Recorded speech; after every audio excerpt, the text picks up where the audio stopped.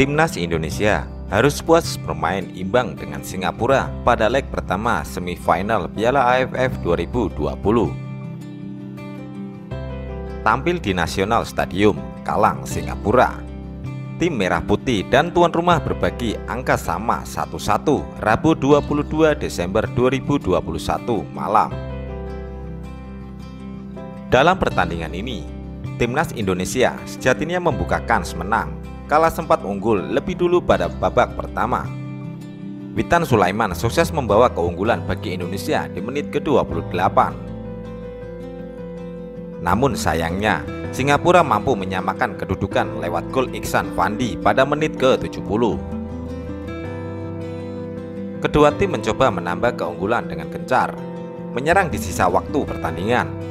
Namun hasil imbang 1-1 bertahan hingga laga usai. Hasil ini membuat leg kedua akan semakin sengit untuk menentukan siapa yang berhak lolos ke final. Leg kedua semifinal Piala AFF 2020 antara Timnas Indonesia kontra Singapura dihelat Sabtu 25 Desember 2021 nanti.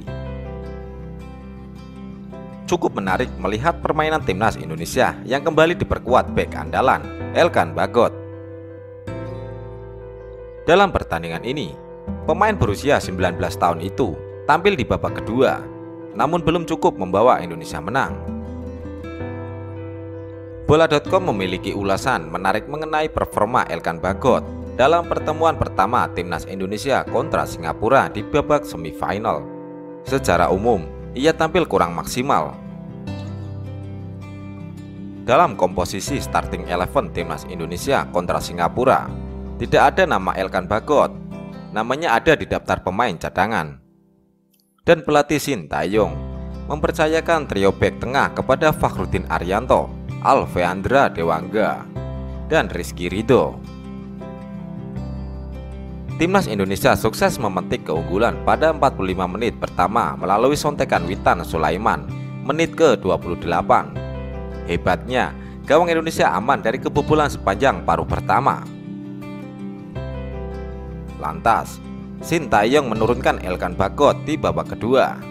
Ia diturunkan usai turun minum, menggantikan Rizky Ridho. Strategi ini diharapkan mengulangi kesuksesan kala membabat Malaysia 4-1 di partai terakhir penyisian grup B. Sintayong yang sepertinya ingin memaksimalkan postur tubuh Elkan Bagot, terutama untuk duel bola-bola atas, dan menyambut sepak pojok sehingga berubah gol seperti ketika melawan Malaysia pada laga pamungkas grup B. Namun Elkan Bagot bermain di bawah performa terbaiknya. Ia malah beberapa kali melakukan kesalahan di garis pertahanan dan tidak mampu menghasilkan gol lewat sundulan dari sepak pojok seperti yang ia lakukan ke gawang Malaysia.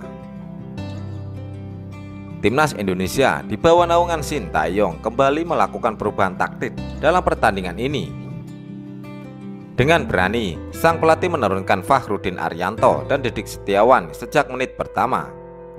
Namun justru Irfan Jaya dan kawan-kawan bisa tampil enjoy di babak pertama. Tuan rumah Singapura kedodoran di 45 menit pertama untuk meladeni permainan taktis dan cerdas Indonesia.